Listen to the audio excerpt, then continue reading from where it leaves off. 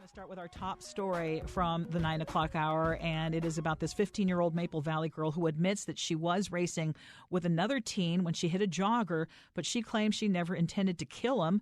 She has been charged in juvenile court now with second-degree murder and felony hit and run for the death of Greg Moore last July.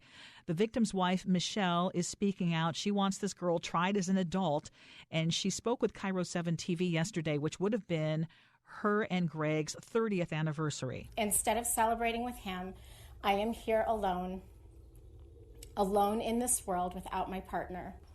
She went on about her life for 7 weeks. 7 weeks of torture for my family and me. I would argue that the brutality of her crime and blatant disregard for human life warrant her being tried as an adult. The King County Prosecutor's Office says this case is not being moved to Superior Court, where she would be tried as an adult because of a number of factors, and we wanted an explanation about that. So joining us now is Casey McNertheny with the Prosecutor's Office. Good morning, Casey. Hey, Ursula. Hey, Gee. How you doing?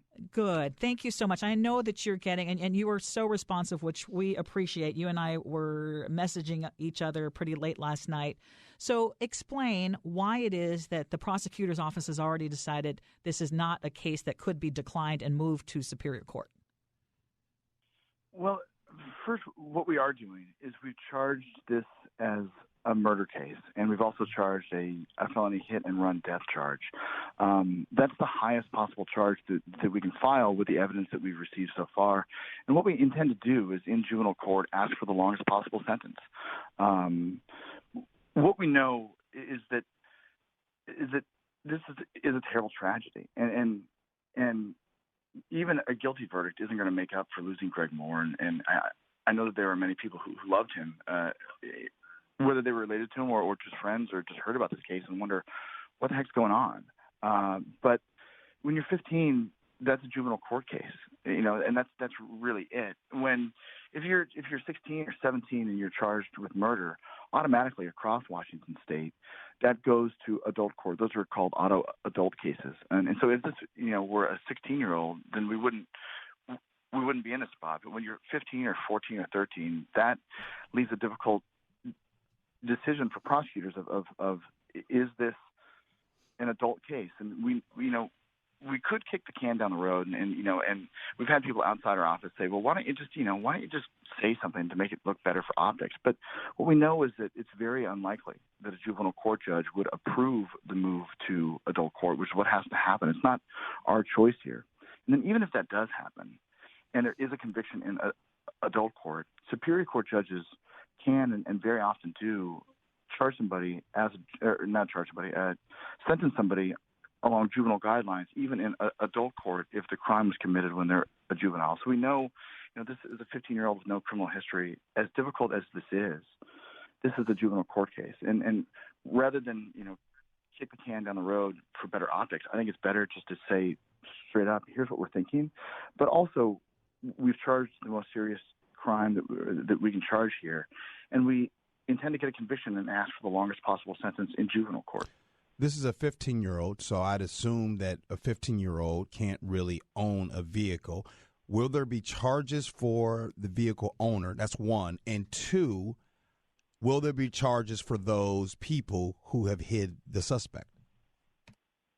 That's a good question. I'm not sure that has been referred to us from investigators, and we can only charge what's been referred to us. As far as I know, we've only had a case referred for the 15-year-old, but I'll ask the prosecutors who are handling this case, and I'll get back to you on it. And then how about precedent? Do you know of any cases where in your office where there has been a hit and run in this type of situation where the alleged suspect was 15, 16, under the age of 18? Can you talk about that? I know earlier this year, the first homicide of the year was a vehicular homicide case. There was a guy who was a student at the UW, and he was hit and killed, I think, on or near the Montlick Bridge. Yes.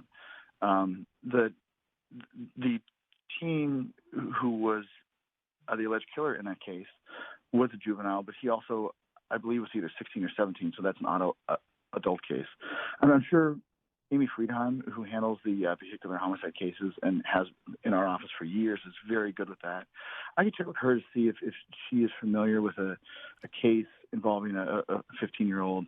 I don't know of one offhand other than that one from the first of the year, but I'm sure it's something that has at least come up for discussion sometime over the past couple of decades. Okay, so the widow in this case, Michelle, is asking people to write letters to the King County Prosecutor's Office, and I know that you have been trying to field as many reporter questions as possible.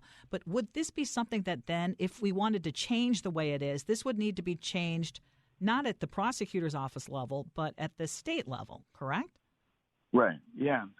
Really, and we understand if people are frustrated with us, and that's their right to send us a note and to call us and to say that we're terrible. That's fine. We're not trying to argue with the family or people who are frustrated with us.